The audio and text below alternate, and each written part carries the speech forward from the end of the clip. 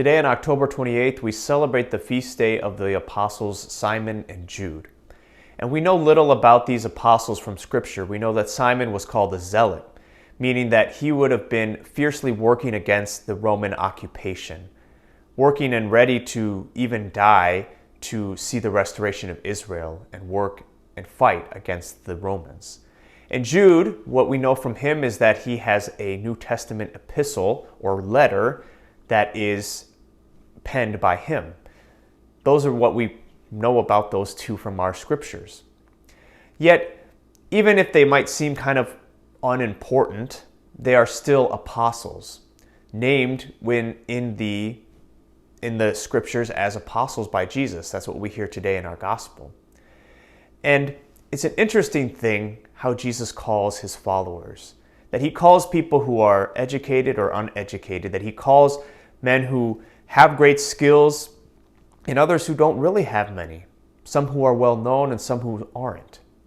You know, we can talk about the apostles, the ones that we know well, St. Peter, who is the first pope, or St. John, who wrote his beautiful gospel and who was the beloved disciple. But then there's others like Simon and Jude today that we know very little about, yet still called to be apostles, still called to be evangelizers.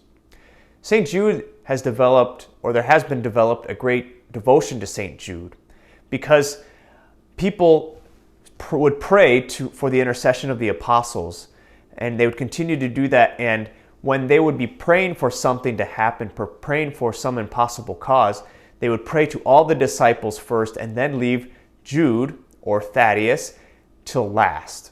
The reason for that, because his name so closely resembled Judas Iscariot. They didn't want God to be confused about who they're praying, whose intercession they're praying for.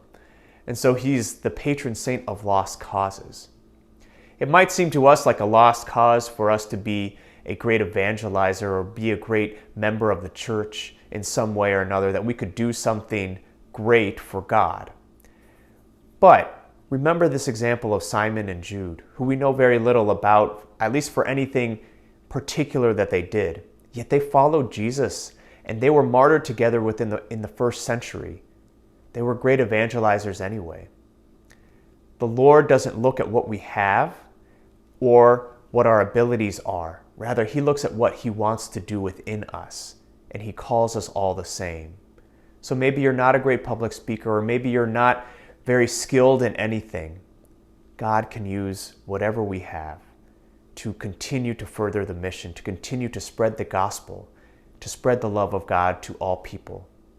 So today we ask the Lord for greater confidence in our call to be like the apostles, to be evangelizers, to be ones who spread the good news and the great love of Jesus to all, because our witness is important and it's needed to further the message of the gospel.